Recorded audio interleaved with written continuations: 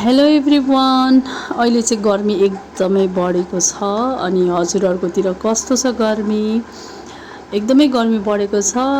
त्यही भएर चाहिँ यो बेलुकाको लगभग 6:30 पौने 7 भइसकेको छ। यतिखेर भए पनि एकैछिन भए पनि यसो रिभर साइडतिर गएर यसो चिसो हावा खाऊँ भनेर चाहिँ यहाँ म र मेरो हस्बेन्ड चाहिँ यसरी निस्केका छौँ।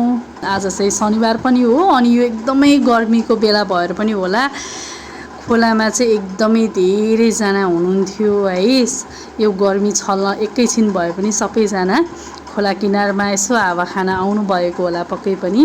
र हामी चाहिँ अलिकति माथितिर लाग्यौँ र अब चाहिँ फाइनली यहाँ खोला किनारमा पुगिसकेका छौँ र यो खोला किनारमा एकैछिन बसिसकेपछि हामी फर्किनेछौँ। एकदमै गर्मी छ, एकदमै गर्मी छ, पक्का गर्मी छ।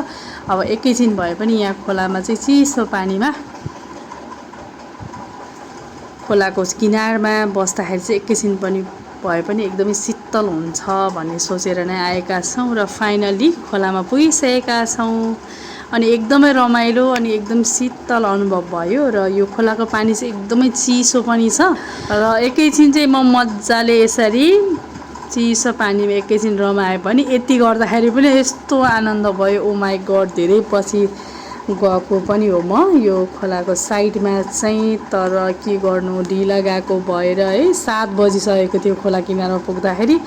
जस्ट आधा घन्टा चाहिँ यसरी बस्न पायौँ।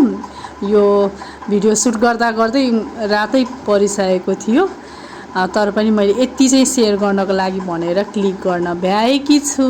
अनि एकदम शीतल पनि भएको छ। हजुरहरुकोतिर गर्मी कस्तो छ कृपया कमेन्ट गर्नु होला।